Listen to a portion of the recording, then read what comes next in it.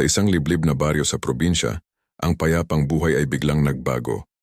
Dito, ang bawat halakhak ay napalitan ng bulungan, at ang bawat ngiti ay nabalot ng pangamba. Ang dating masayahing si Mario, isang simpleng magsasaka na kilala sa kanyang kabutihan, ay bigla na lang nagkasakit. Sa umpisa inakala ng lahat na isa lang itong ordinaryong lagnat, isang karaniwang sakit na dala ng pagod sa bukid. Ngunit lumipas ang mga araw at ang kalagayan ni Mario ay lalong lumubha. Ang kanyang balat na dati kayumanggi dahil sa sikat ng araw ay naging maputla. Ang kanyang mga mata na dati ipuno ng buhay ay naging malalim at walang kislap.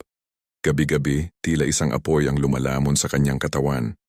Nanginginig siya sa matinding lagnat at sa kanyang paghimbing, binabangungot siya ng mga imaheng hindi niya maintindihan, mga insektong gumagapang sa kanyang balat, mga aninong sumasayaw sa dilim. Sinubukan na ng kanyang asawa ang lahat.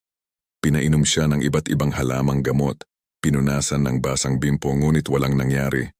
Ang lagnat ay bumabalik, mas matindi, mas nakakatakot. Ang bawat kapitbahay ay may kanya-kanyang teorya. Baka napagod lang, sabi ng isa.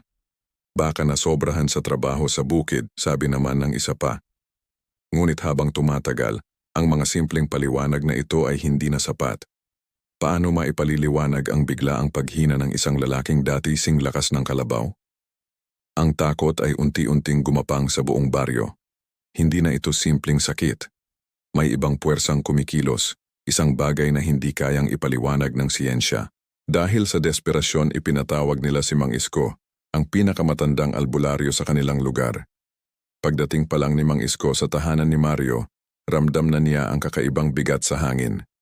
Tinitigan niya si Mario na nakahiga at hirap na huminga. Kumuha si Mang Isko ng kandila, sinindihan ito, at pinatak ang tunaw na pagkit sa isang palangganang may tubig. Maingat niyang pinagmasdan ang mga hugis na nabuo.